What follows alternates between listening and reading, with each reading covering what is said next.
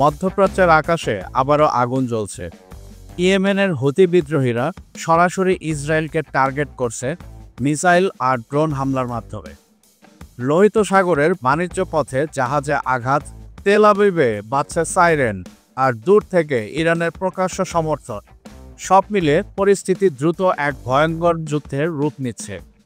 এই সংঘাত কেবল সীমান্তে সীমাবদ্ধ নয়, আঞ্চলিক রাজনীতি, বৈশ্বিক বাণিজ্য আর আন্তর্জাতিক নিরাপত্তা সবকিছুই এখানে জড়িত রয়েছে। আজকের বিশ্লেষণে আমরা ধাপে ধাপে দেখব হুতিদের হামলা কিভাবে ইসরায়েলকে কাঁপিয়ে তুলেছে, ইরান আসলে কতটা যুক্ত এই অভিযানে, আর এই সংঘাত আগামী দিনে কোন দিকে করাতে পারে। তাই শুরু থেকে শেষ পর্যন্ত পুরো ভিডিও জুড়ে থাকুন। তবে ভিডিওর মূল পর্ব শুরু করার পূর্বে আপনাদের কাছে অনুরোধ থাকবে আপনারা অবশ্যই আমাদের চ্যানেলটি সাবস্ক্রাইব করবেন এবং সেই সাথে সাথে অল বেল আইকন নোটিফিকেশনটি অন করবেন এবং আমাদের ভিডিও অবশ্যই লাইক ও শেয়ার করে আমাদের সাথেই থাকবেন। লোহিত সাগর বিশ্বের অন্যতম ব্যস্ত সামুদ্রিক করিডোর, যা আফ্রিকা, আরব উপদ্বীপ এবং ইউরোপের বাজারের সঙ্গে সংযুক্ত। এই নীল পানির পথ এখন রক্তের আগুনে ছড়িয়ে পড়েছে। ইয়েমেনের হুতি বিদ্রোহীরা ঘোষণা দিয়েছে ইসরায়েলের সাথে সংযুক্ত যে কোনো জাহাজ লোহিত সাগরে আর নিরাপদ নয়, প্রত্যেকটা জাহাজ আমাদের লক্ষ্যে থাকবে। হুতি বাহিনী সাম্প্রতিক একটি ট্যাঙ্কারে আক্রমণ চালায়। এই হামলার লক্ষ্য ছিল স্কারলেট রে নামের একটি ট্যাঙ্কার। এটি লিবারিয়ান পতাকা বহন করলেও হুতির দাবি এটি ইসরায়েলের মালিকানাধীন। হুতিদের কথা অনুযায়ী তাদের ক্ষেপণাস্ত্র আঘাত হেনেছে জাহাজে। দূর থেকে বিস্ফোরণের শব্দও শোনা যায়, যা প্রমাণ করে দেয় হামলার প্রচেষ্টা সত্যি সফল হয়েছিল। কিন্তু প্রতিক্রিয়াও এসেছে। ইসরায়েলি সূত্র জানাচ্ছে জাহাজটি নিরাপদে এগিয়ে গেছে, ক্ষেপণাস্ত্র আঘাত করতে পারেনি। সামুদ্রিক নিরাপত্তা কর্মকর্তারাও বলছেন ট্যাঙ্কারে গুরুতর কোনো ক্ষতি হয়নি। তবুও এই হামলার প্রতীকী গুরুত্ব বিশাল। লোহিত সাগর কেবল বাণিজ্য নয়, এটি একটি কৌশলগত রুট। প্রতিদিন শত শত জাহাজ এই রাস্তায় চলাচল করে। হুতিদের বার্তা একদম স্পষ্ট, তারা শুধু ইয়েমেন সীমান্তে নয়, আন্তর্জাতিক সমুদ্রেও ইসরায়েলের স্বার্থকে লক্ষ্যবস্তু করবে। আন্তর্জাতিক সমুদ্র সংস্থাগুলো ইতিমধ্যেই সতর্কতা জারি করেছে। বড় বড় শিপিং কোম্পানি বিকল্প রুট খুঁজছে। অর্থাৎ হুতিদের এই আঘাত কেবল সামরিক নয়, বরং বৈশ্বিক অর্থনীতি ও বাণিজ্যের জন্য হুমকি তৈরি করছে। প্রশ্ন হলো, লোহিত সাগর কি আসলেই নতুন সামরিক ময়দান হয়ে উঠেছে? হুতিদের বক্তব্য অনুযায়ী হ্যাঁ, এই যুদ্ধ এখন সমুদ্রেও ছড়িয়ে পড়েছে, আর ইসরায়েল যে কোনো সময় নতুন আক্রমণের মুখোমুখি হতে পারে। লোহিত সাগরের পরে এবার হামলা চলে সরাসরি ইসরায়েলের মাটিতে। ইয়েমেনি হুতি সশস্ত্র বাহিনী ঘোষণা করেছে তারা 2টি ব্যালিস্টিক মিসাইল নিক্ষেপ করেছে তেল আবিবের দিকে। এর মধ্যে একটি হলো প্যালেস্টাইন 2 ক্লাস্টার মিসাইল, যা একাধিক ওয়ারহেড বহন করতে সক্ষম। অন্যটি হলো জুলফিকার মিসাইল, যার লক্ষ্য সরাসরি শহরের নিরাপত্তা ব্যবস্থা। রাতের আকাশ হঠাৎ লাল অ্যালার্মে ভরে ওঠে, সাইরেন বাজতে শুরু করে, মানুষ দৌড়াতে থাকে আশ্রয় খুঁজে, স্কাইলাইন জ্বলতে থাকে সতর্ক বার্তায়। ইসরায়েলের প্রতিরক্ষা বাহিনী বলছে তাদের আয়রন ডোম সিস্টেম অধিকাংশ হামলা প্রতিহত করেছে, কিন্তু আতঙ্ক সৃষ্টি হয়েছে কারণ হুতিদের বার্তা স্পষ্ট, দূর থেকে হলেও আমরা তোমাদের ঘরে আগুন লাগাতে পারি। বিশ্লেষকরা বলছেন এটি হুতিদের প্রথম সরাসরি ক্লাস্টার মিসাইল ব্যবহার। এর অর্থ তারা এখন কেবল প্রতিরোধ নয়, বরং আক্রমণাত্মক কৌশল নিচ্ছে। তারা জানাচ্ছে তাদের হাতের অস্ত্র প্রযুক্তি যথেষ্ট শক্তিশালী। ইসরায়েলের শহরবাসীর জীবন এখন ঝুঁকির মধ্যে। বাণিজ্য, দৈনন্দিন জীবন এবং জরুরি পরিষেবা সবই আঘাতের সম্মুখে।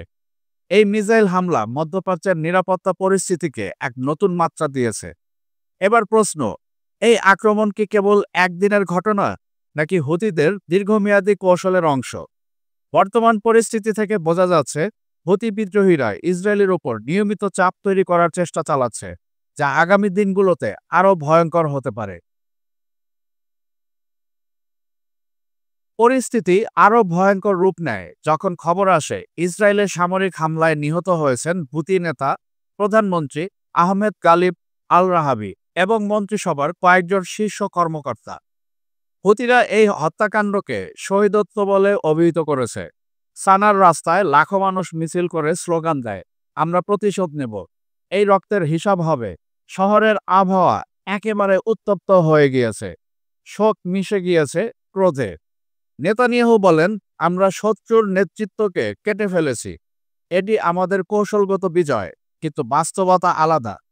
নিহতদের পরপরই হুতি বিদ্রোহীরা তাদের মিসাইল ও ড্রোন হামলা আরও বাড়িয়ে দিয়েছে। বিশ্লেষকরা বলছেন, হুতিদের প্রতিশোধমূলক হামলা ইসরায়েলকে শুধু সামরিকভাবে নয়, মানসিকভাবেও চাপের মধ্যে ফেলেছে। তারা জানাচ্ছে তাদের লক্ষ্য কেবল ইয়েমেনের ভিতরে সীমাবদ্ধ নেই। লোহিত সাগর, আন্তর্জাতিক জলপথ, এমনকি তেল আবিব, সব জায়গা এখন তাদের টার্গেট। এবার প্রশ্ন হলো, ইসরায়েল কি এই বহুমুখী চাপের মোকাবিলা করতে পারবে, নাকি হুতিদের ধারাবাহিক প্রতিশোধ তাদের নিরাপত্তা নীতি ও সামরিক কৌশলকে কঠিন পরীক্ষার মুখে ফেলবে? হুতি বিদ্রোহীদের হামলা শুধু সামরিক এলাকা বা শহরেই সীমাবদ্ধ নয়, তারা সরাসরি জাতিসংঘের কার্যালয়কেও টার্গেট করেছে। সানা এবং হোদাইদা হুতিদের অভিযানে 11 জন জাতিসংঘ কর্মী আটক হয়েছেন, যার মধ্যে আরও অনেকে তৎক্ষণাৎ নিরাপত্তা ঝুঁকির মুখে পড়েছেন। জাতিসংঘের মুখপাত্র বলছেন, এটি আন্তর্জাতিক মানবিক আইন ভঙ্গ এবং আমরা অবিলম্বে তাদের নিঃশর্ত মুক্তি দাবি করছি। কিন্তু হুতিদের দাবি, এই কর্মীরা আসলে গুপ্তচর হিসেবে কর্মকাণ্ড চালাচ্ছিল। এদের গুপ্তচর বৃত্তির কারণেই ইসরায়েলি বিমান বাহিনী সরাসরি হুতিদের মন্ত্রিপরিষদে কার্যক্রম চলাকালীন সময়ে হামলা করে এবং তাদের প্রধানমন্ত্রী সহ উচ্চপদস্থ আরও বেশ কিছু কর্মকর্তাকে নিহত করে। এই পরিস্থিতি মানবিক সংস্থাগুলোর জন্য এক বড় ধাক্কা। বিশ্ব খাদ্য কর্মসূচি এবং ইউনিসেফ জানাচ্ছে তাদের কার্যক্রম এখন বাধাগ্রস্ত। খাদ্য বিতরণ, শিশুদের স্বাস্থ্যসেবা সবই ঝুঁকির মধ্যে। হিউম্যান রাইটস গ্রুপগুলো সতর্ক করছে, এই হামলা ও জিম্মি পরিস্থিতি আন্তর্জাতিক সংস্থার কাজে বাধা দিচ্ছে এবং ইয়েমেনের জনগণের উপর প্রভাব ফেলছে। বিশ্লেষকরা বলছেন, হুতিদের এই কৌশল শুধু সামরিক দিক দিয়ে নয়, মানবিক ও রাজনৈতিক চাপও তৈরি করছে। তারা আন্তর্জাতিক সম্প্রদায়ের দৃষ্টি আকর্ষণ করছে এবং ইসরায়েলের প্রতিরোধের মাত্রা আরও কঠিন করে দিচ্ছে। এখন প্রশ্ন হচ্ছে, আন্তর্জাতিক আদালত ইসরায়েল এবং আমেরিকার আগ্রাসনের ব্যাপারে কোনো মুখ না খুললেও হুতি, হামাস, হিজবুল্লাহর মতো গোষ্ঠীদের তাদের নিজেদের নিরাপত্তার জন্য কোনো কিছু করলে কেন এত সোচ্চার হয়? এই সংঘাতের পেছনের আরেকটি বড় চরিত্র হলো ইরান। ইরান প্রকাশ্যে জানিয়েছে, হুতিদের প্রতিরোধ বৈধ এবং আমরা তাদের পাশে দাঁড়াচ্ছি। কেবল কথায় নয়, বহু আন্তর্জাতিক রিপোর্টে দেখা গিয়েছে হুতিদের হাতে থাকা উন্নত ড্রোন ও ব্যালিস্টিক মিসাইল প্রযুক্তির মূল উৎস ইরান। ড্রোন হামলা, স্যাটেলাইট থেকে লক্ষ্য নির্ধারণ এবং মিসাইল লঞ্চ সবকিছুতে ইরানের জড়িত থাকার প্রমাণ রয়েছে। ইরান এটিকে বলছে অ্যাক্সিস অফ রেসিস্ট্যান্স। এই অক্ষের অংশ হিসেবে লেবাননের হিজবুল্লাহ, ফিলিস্তিনের বিভিন্ন গোষ্ঠী এবং ইয়েমেনের হুতি সবাই একই ফ্রন্টে কাজ করছে। লক্ষ্য একটাই, ইসরায়েলকে চাপে রাখা এবং মধ্যপ্রাচ্যে নিজেদের প্রভাব বিস্তার করে শান্তি নিশ্চিত করা। বিশ্লেষকরা বলছেন, ইরানের সমর্থন হুতিদের আক্রমণাত্মক শক্তিকে দ্বিগুণ করেছে। হুতিদের হামলা কেবল স্থানীয় প্রতিরোধ নয়, বরং একটি আঞ্চলিক কৌশলগত লড়াই। ইরান তাদের সমর্থনকে কূটনৈতিকভাবে এমনভাবে উপস্থাপন করছে যেন তারা আন্তর্জাতিক চাপ এড়াতে পারে, কিন্তু বাস্তবে হুতি বিদ্রোহীদের প্রতিটি আক্রমণে ইরানের প্রযুক্তি ও কৌশল স্পষ্টভাবে লক্ষ্য করা যায়। ফলে হুতি, ইরান, ইসরায়েল সংঘাত এখন কেবল ইয়েমেনের সমস্যা নয়, এটি মধ্যপ্রাচ্যের বৃহত্তর ভূ রাজনীতিকে নতুন মাত্রা দিয়েছে এবং আন্তর্জাতিক সম্প্রদায়ের দৃষ্টি আকর্ষণ করছে। কারণ একটাই, ইরান হুতি এবং হিজবুল্লাহকে যেমন সমর্থন করছে তাদের নিজেদের অস্তিত্ব রক্ষার্থে, ঠিক একইভাবে আমেরিকা ইসরায়েলকে নানাভাবে সমর্থন দিয়ে যাচ্ছে মধ্যপ্রাচ্যে অশান্তি তৈরি করতে। হুতি ইসরায়েল সংঘাত শুধু মধ্যপ্রাচ্য নয়, সমগ্র বিশ্বকে নাড়িয়ে দিয়েছে। লোহিত সাগরের বাণিজ্য পথে হামলা মানে আন্তর্জাতিক বাণিজ্যেও বিপদ। প্রতিদিন হাজার হাজার জাহাজ এই রুট দিয়ে চলাচল করে, আর হঠাৎ হামলার খবর মানে সরবরাহ শৃঙ্খলের বিঘ্ন। যুক্তরাষ্ট্র ইতিমধ্যে যুদ্ধজাহাজ পাঠিয়েছে। তাদের বক্তব্য স্পষ্ট, আমরা আন্তর্জাতিক জলপথের নিরাপত্তা নিশ্চিত করব। তারা হুঁশিয়ারি দিচ্ছে কোনো জাহাজকে লক্ষ্যবস্তু হতে দেওয়া হবে না। রাশিয়া এই পরিস্থিতি নিবিড়ভাবে পর্যবেক্ষণ করছে। তাদের আঞ্চলিক কৌশল নির্ভর করে আর্মেনিয়া ও অন্যান্য ককেশাস অঞ্চলে। আজ হুতি ইসরায়েল সংঘাত রাশিয়ার জন্য অস্বস্তি তৈরি করছে, কারণ এটি মধ্যপ্রাচ্যের ভারসাম্য পরিবর্তন করতে পারে। চীনও তৃতীয় পক্ষ হিসাবে উদ্বিগ্ন। তাদের বেল্ট অ্যান্ড রোড ইনিশিয়েটিভ এই সামুদ্রিক রুটের উপর নির্ভরশীল। যে কোনো হামলা চীনের বাণিজ্য প্রবাহকে প্রভাবিত করতে পারে।